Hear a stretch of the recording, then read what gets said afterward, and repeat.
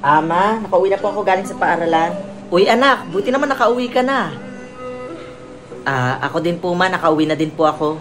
Walang nagtatanong, at saka walang may pakialam. Anak, pinagluto pala kita ng paborito mong merienda. Ay talaga ma, nagluto ka ng paborito kong merienda? Oo anak, nagluto ako, at alam mo ba, para lang sa'yo yun lahat. Talaga ma, wow, ang bait mo naman sa akin ma. Ma, wala po bang para sa akin? Alam mo, kanina ka pa no? Sabat ka ng sabat. Alam mo, kung gusto mo rin kumain ng merienda, bakit di ka magluto ng sarili mo? Kaya mo na yan, malaki ka na. Nakakairita ka? Ay anak, sumunod ka na lang pala dun sa kusina. Ihanda ko na yung kakainin mo, okay? Sumunod ka dun. Sige ma, susunod na lang po ako. Alam mo ikaw, sana nanahimik ka na lang. Diyan tuloy napagalitan ka. Minsan kasi, gamitin mo yung utak mo, huwag puro bibig. Diyan ka na nga.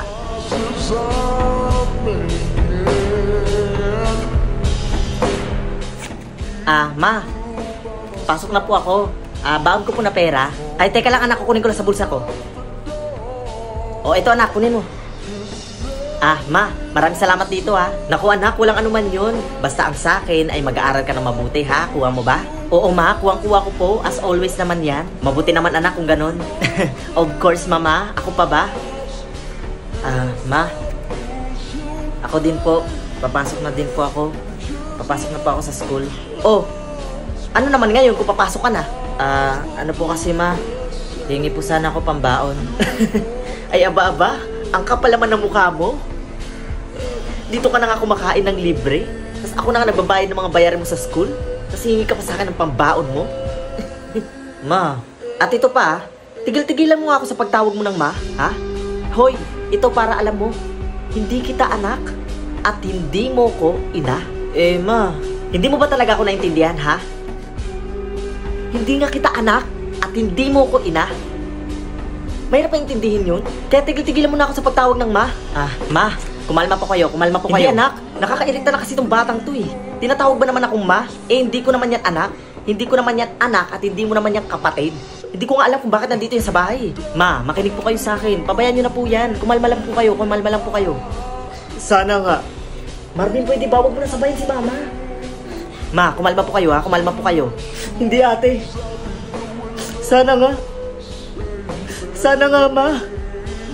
Sana, hindi nyo na lang talaga ako tunay na anak. Anong sabi mo? Anong sabi ko?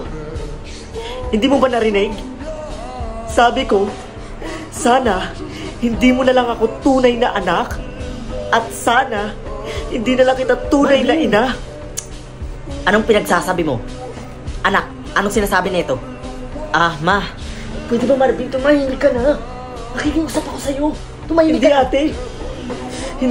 Hindi. Ma, hindi niyo po ba naintindihan, ha? Uulitin ko ma, para mas maintindihan mo.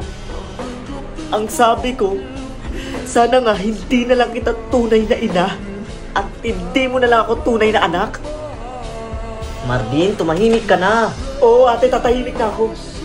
Total, nasabi ko naman lahat ng gusto kong sabihin eh. Magsama kayong dalawa.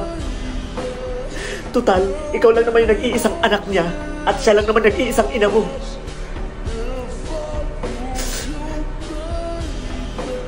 Marvin, bumalik ka nga dito.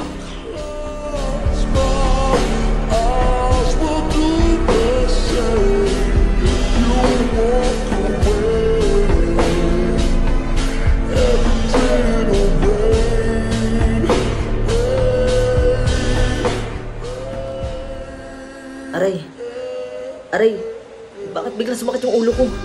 Aray.